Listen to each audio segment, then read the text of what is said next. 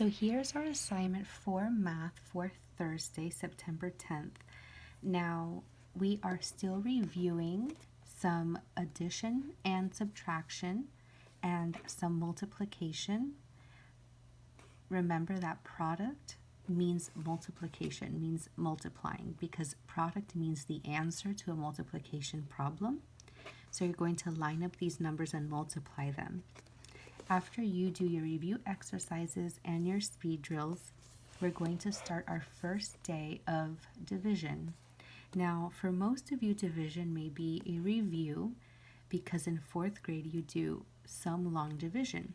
So this might be very simple for most of you, but it's still important to warm up and just remember how to follow the steps for long division. So we're starting very simply on this page, but remember that the book goes very fast. So we're going to do the two samples together, and then you will do 1 through 10. And remember to use a separate piece of paper to do these problems so that I can see them clearly and you are able to write neatly so that your answers will be correct. So just in case you're having a hard time remembering how to divide, let's start with sample 1. So we're going to find out how many times 2 fits into the number 37. So the first thing we do is determine if we can fit this number into the first number. And if we can, we will start there. So can we fit the number 2 into the number 3? Yes. 3 is big enough. How many times can we fit 2 into 3? Well, we can only fit 2 into 3 one time. So we're going to put a 1 here. Then you will say, what is 2 times 1? 2 times 1 is 2, so we would put a 2 down here. Then we would subtract. So what is 3 minus 2? 3 minus 2 is 1. And then we would bring down the 7. Then we would decide how many times does 2 fit into 17?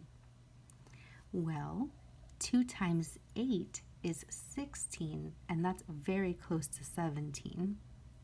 So we would put 8 because 2 times 8 gives us 16. So we would put 16 here. And then we would subtract again. What is 7 minus 6? 7 minus 6 is 1. And 1 minus 1 is 0.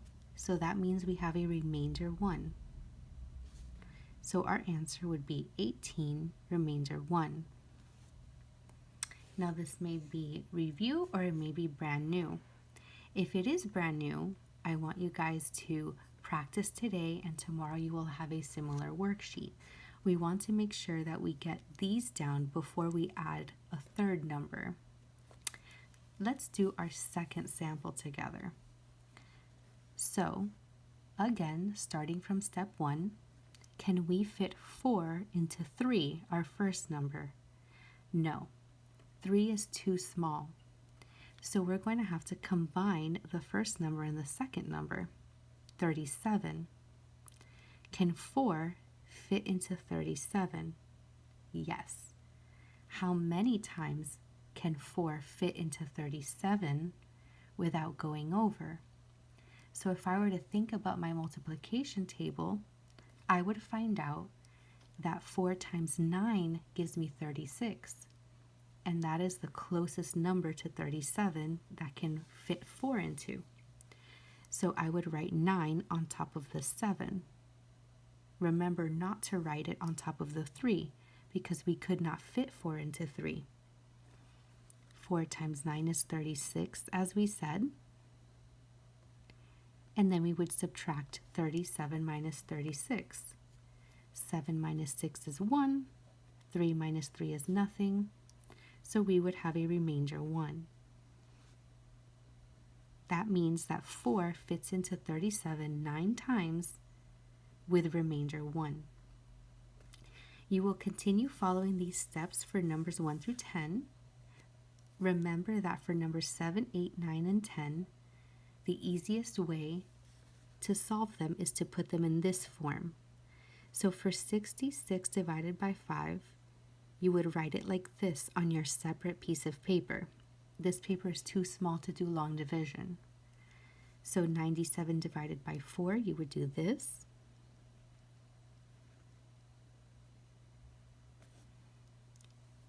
Five into 61 would look like this. And 2 into 37 would look like this.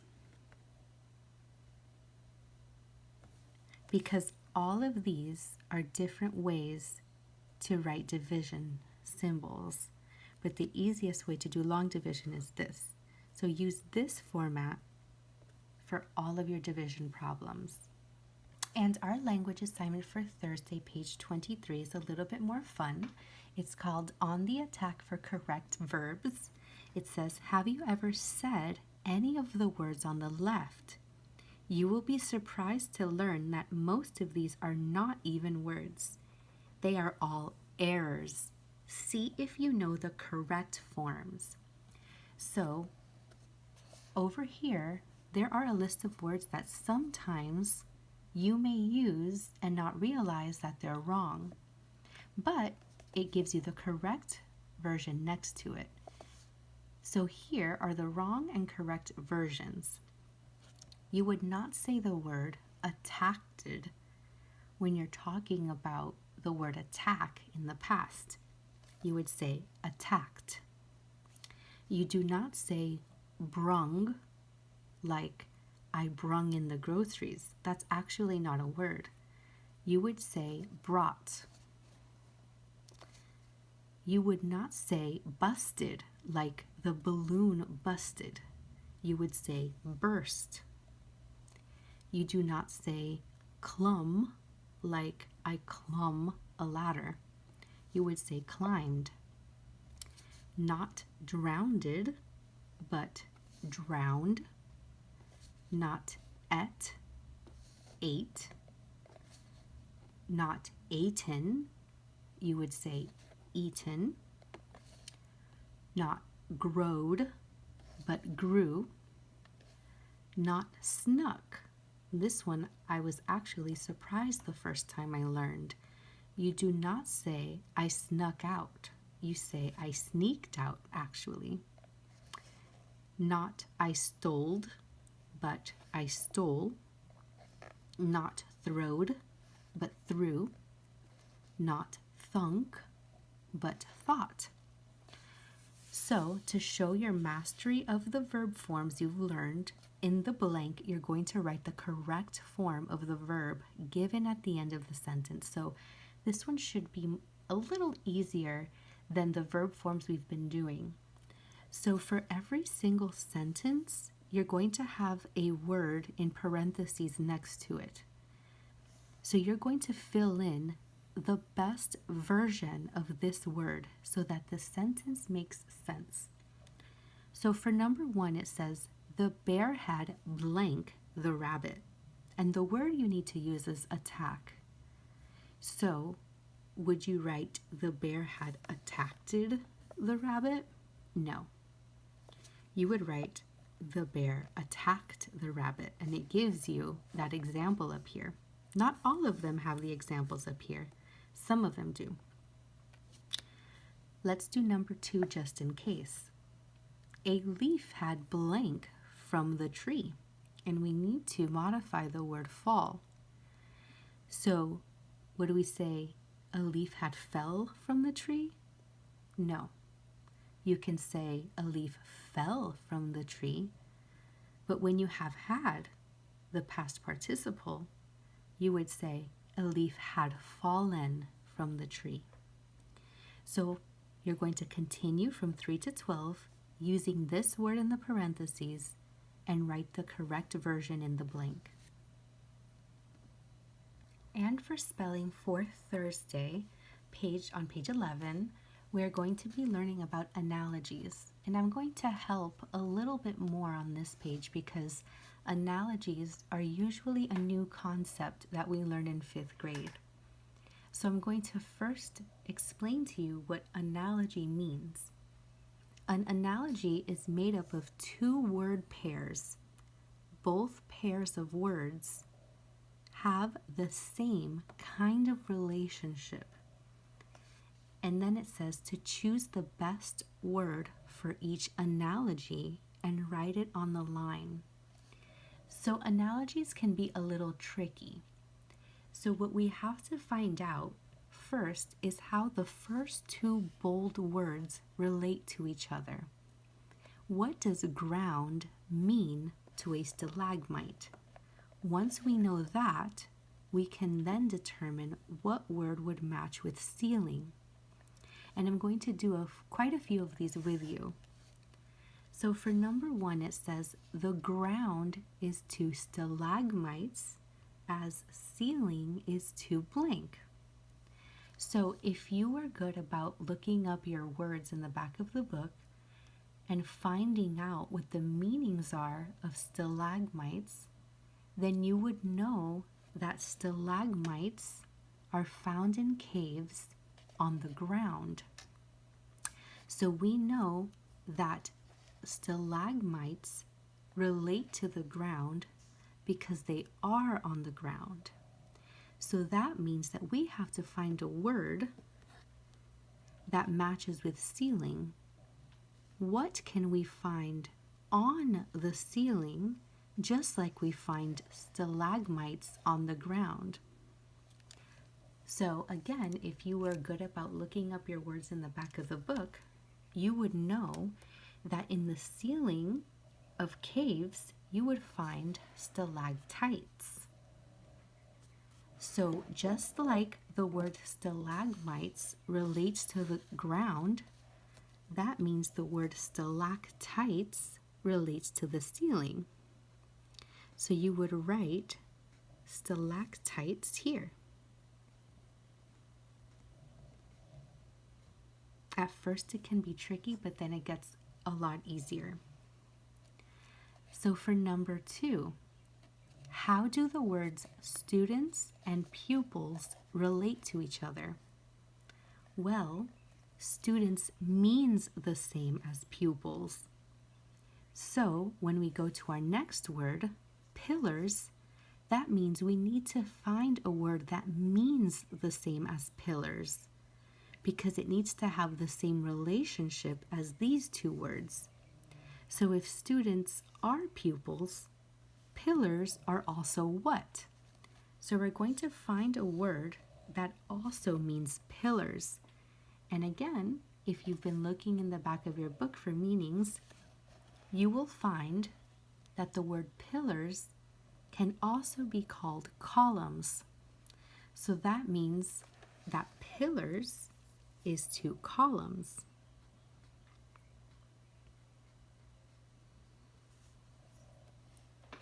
So just to do a quick review, students relate to pupils because they mean the same.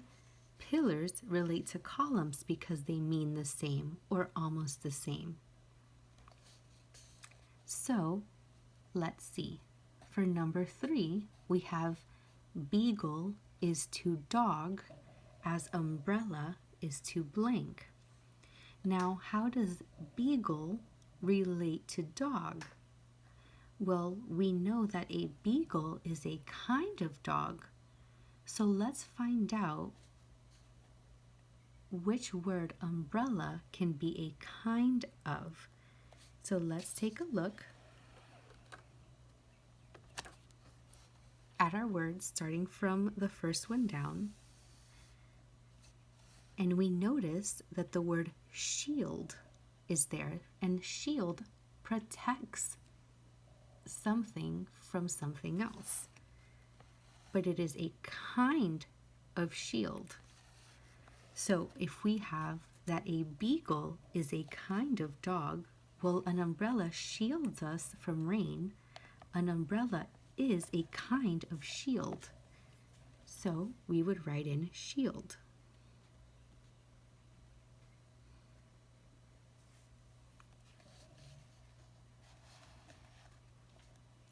Now for number 4. assistant is to helper as currency is to blank. Well, how do the words assistant and helper relate to each other? Well, an assistant is a helper, a kind of helper. So we're going to determine which word matches currency the best. And again, if you were looking in the back of your book, you would know that money is a kind of currency. So just like assistance is to helper, currency is to money, because money is currency.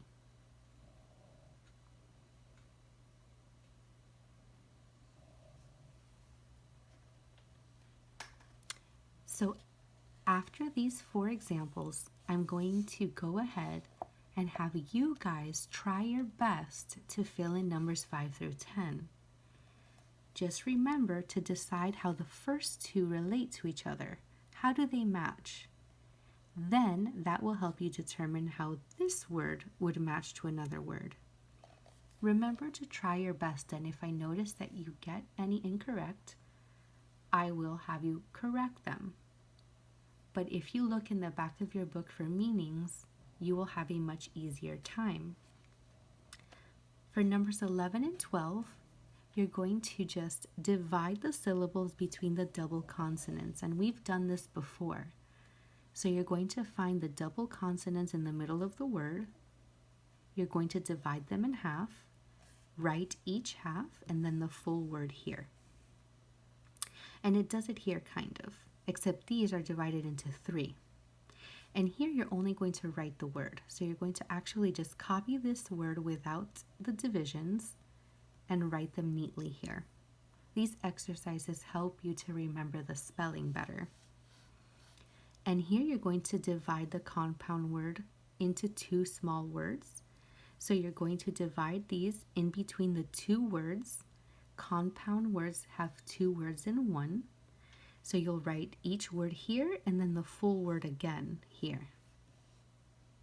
And then for number 17, you're going to write the list word that has 2 double consonants and is a compound word. Write each syllable. So you're going to find the word here in the list that has 2 double consonants. That means that they have 2 letters next to each other, but twice. And then you're going to write the full word here and then divide it into 3 syllables. So our history assignment for Thursday is to read page 11 and 12 before we do our first comprehension check for this chapter. So in case you wanted to read along, I am including this little clip. So if you have a little bit of trouble reading or pronouncing certain words, you can follow along the book with me. So we're starting with the Fertile Crescent, Cradle of Civilization. So here we go with 2.1. It says, the land of beginnings. Like all good stories, history has a beginning, middle, and end.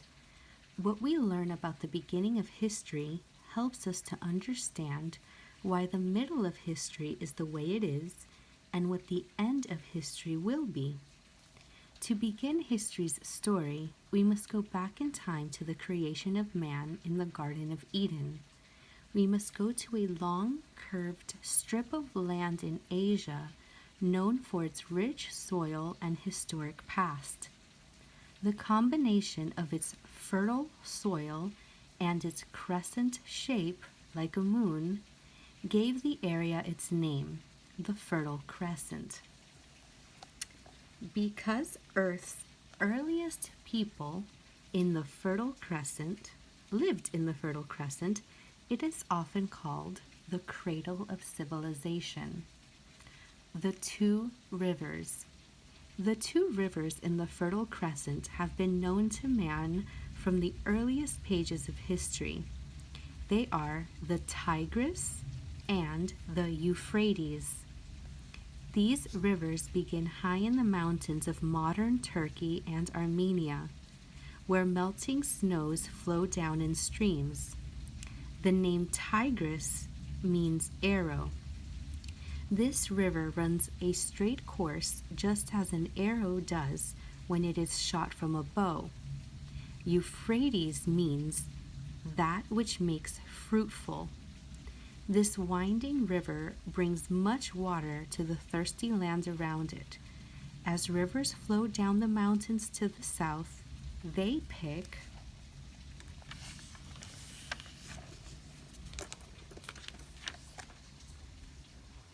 up rich, fertile soil. When they reach the plains below, the rivers deposit the soil, creating excellent farmland. The land between the rivers. The part of the Fertile Crescent between the Tigris and Euphrates rivers was called Mesopotamia, which means between the rivers. The Bible names 4 rivers that came together at the Garden of Eden, which was probably located in Mesopotamia, where the country of Iraq is today. One of the 4 rivers was the Euphrates. Another, the Hiddekel, is believed to be the modern Tigris. The other 2 rivers, which have never been found, may have disappeared during the flood of Noah's day. For a long time, the Bible was our only record of what early life in Mesopotamia was like. In recent years, men have found other records of early times there, but none is as accurate as the Bible, our only completely accurate record of ancient or very old history. You're going to complete Comprehension Check 2A, numbers 1 through 5, and look back to page 11 for underlined phrases or bold words that will be keywords that will help you answer those questions. So here are a few little facts. It says Asia. Asia is the world's largest continent. The country of Tibet, which is now part of China, is known as the roof of the world because it contains the world's tallest mountains, including Mount Everest. Houses and other buildings in the ancient city of Petra in Jordan were carved into rocky cliffs. Because many of the cliffs are red, Petra was known as the Rose Red City. Lake Baikal in Russia, more than a mile deep at its deepest point, is the deepest lake in the world. During the winter, when the lake is frozen, cars can drive over it. At a traditional floating market in Thailand, merchants sell their goods from small boats. And just in case you needed to review the questions out loud, for Comprehension Check 2A, it says, why is the Fertile Crescent called the cradle of civilization? What 2 rivers flow through the Fertile Crescent? What does Tigris mean? Euphrates? So what do each of these mean? What does Mesopotamia mean? Where can we find the only completely accurate record of ancient history? Tomorrow we will go on to 2.2.